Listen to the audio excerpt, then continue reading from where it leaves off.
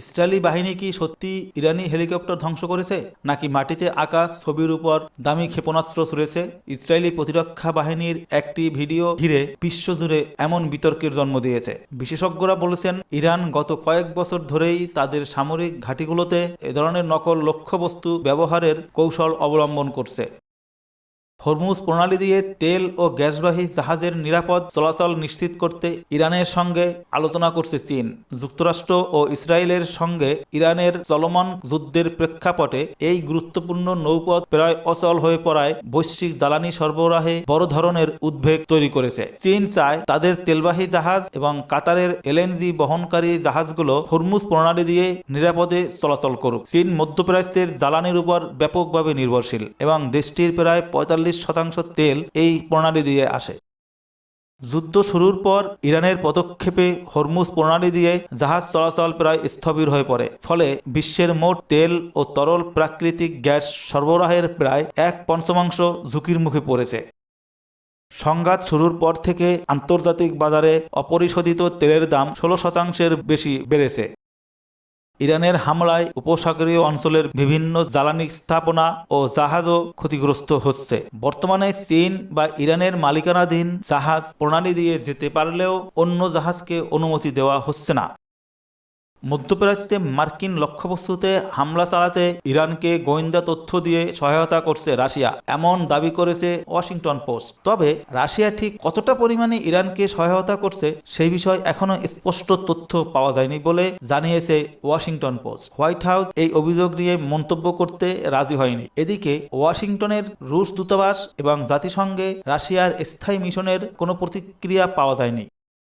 ইরানের তৈরি শাহেদ সিরিজের ড্রোন বর্তমানে আধুনিক যুদ্ধক্ষেত্রে এক নতুন আতঙ্কের নাম। কম খরচে তৈরি হওয়া এই ড্রোনগুলো জ্বালানি সাশ্রয় ইঞ্জিন, রাডার ফাঁকি দেওয়ার সক্ষমতা এবং বিস্ফোরক বহনের ক্ষমতার কারণে জনপ্রিয় হয়ে উঠেছে। সামরিক বিশ্লেষকদের মতে মাত্র $20,000 থেকে $50,000 খরচে তৈরি হওয়া এই ড্রোনগুলো বিপুল সংখ্যায় ব্যবহার করে প্রতিপক্ষের আকাশ প্রতিরক্ষা ব্যবস্থাকে বিপর্যস্ত করা সম্ভব। ইসরায়েল ও যুক্তরাষ্ট্রের সঙ্গে উত্তেজনার প্রেক্ষাপটে ইরান এই ড্রোনকে তাদের প্রতিরক্ষা কৌশলের অন্যতম গুরুত্বপূর্ণ অস্ত্র হিসাবে ব্যবহার করছে। ইরান একসঙ্গে বহু ড্রোন পাঠিয়ে প্রতিপক্ষের রাডার ও আকাশ প্রতিরক্ষা ব্যবস্থাকে ব্যস্ত রাখে। ফলে পরবর্তী ধাপে বড় ও শক্তিশালী ব্যালিস্টিক ক্ষেপণাস্ত্র দিয়ে হামলা চালানো তুলনামূলক সহজ হয়ে যায়। মাত্র $20,000 একটি ড্রোন ধ্বংস করতে প্রায় $40 লাখ প্রতিরক্ষা ক্ষেপণাস্ত্র ব্যবহার করতে হয়। ফলে অধিকাংশ ড্রোন ধ্বংস হলেও ইরানের জন্য এটি কৌশলগতভাবে লাভজনক হয়ে উঠেছে। শাহেদ ড্রোনের আরেকটি বড় বৈশিষ্ট্য হলো এগুলো শনাক্ত করা তুলনামূলক কঠিন। আকারে ছোট হওয়ায় রাডারে ধরা পড়া কঠিন। এছাড়া খুব সহজেই উৎক্ষেপণ করা যায় বলে কোথা থেকে ড্রোনটি ছোড়া হয়েছে তা নির্ণয় করাও যায় না। ইরান জানিয়েছে প্রতিবেশী আরব দেশগুলোতে হামলা চালানোর জন্য তারা দুঃখিত।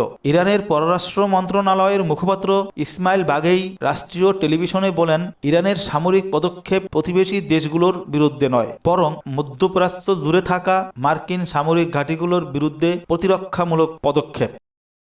গুরুত্বপূর্ণ হরমুজ প্রণালী বন্ধ করার কোনো পরিকল্পনা নেই বলে জানিয়েছে ইরান। তবে চলমান যুদ্ধ পরিস্থিতির কারণে এই পথ দিয়ে জাহাজ চলাচলের ইতিমধ্যেই কমে গেছে। ইরানের সামরিক বাহিনীর এক মুখপাত্র বলেছেন, প্রণালী দিয়ে যে কোনো দেশের জাহাজ চলাচলে ইরান বাধা দিবে না, তবে নিরাপত্তার দায়িত্ব সংশ্লিষ্ট জাহাজগুলিকেই নিতে হবে। কিন্তু যদি ইসরায়েল বা যুক্তরাষ্ট্রের কোনো জাহাজ হরমুজ প্রণালী দিয়ে চলাচলের চেষ্টা করে তাহলে সেটিকে লক্ষ্যবস্তু করা হবে।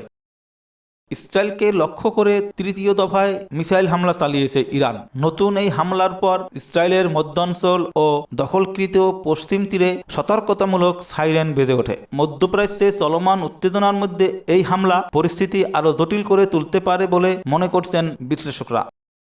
ইসরায়েল ও যুক্তরাষ্ট্র যৌথভাবে ইরানের উপর ব্যাপক হামলা অব্যাহত রেখেছে। মার্কিন প্রেসিডেন্ট ডোনাল্ড ট্রাম্প ঘোষণা করেছেন, ইরান পুরোপুরি আত্মসমর্পণ না করা পর্যন্ত এই যুদ্ধ চলবে। তেহরানের প্রধান বিমানবন্দরে ব্যাপক হামলা চালিয়েছে ইসরায়েল। মেহরাবান বিমানবন্দরের কাছে বিশাল বিস্ফোরণ হয়েছে বলে নিশ্চিত করেছেন প্রত্যক্ষদর্শীরা। এটি তেহরানের প্রধান বাণিজ্যিক বিমানবন্দর। মার্কিন প্রেসিডেন্ট ডোনাল্ড ট্রাম্পের বার্তার জেরে কড়া জবাবে ইরানের প্রেসিডেন্ট 7 মার্চ বলেছেন, ইরান কখনো আত্মসমর্পণ করবে না। যুক্তরাষ্ট্র ও ইসরায়েল বলছে তাদের যৌথ বিমান হামলায় ইরানের সামরিক শক্তি উল্লেখযোগ্যভাবে কমে গেছে।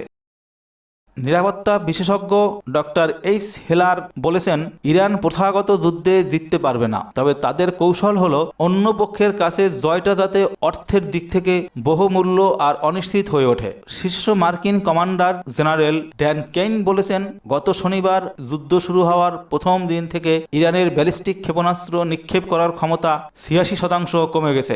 যুক্তরাষ্ট্রের সেন্ট্রাল কমান্ড বলছে মঙ্গলবার এই সংখ্যাটা আরও 23% কমেছে। যুক্তরাষ্ট্র বলছে সংঘাতের প্রথম দিন থেকে ইরানের ড্রোন উৎক্ষেপণের সংখ্যা 73% কমে গেছে।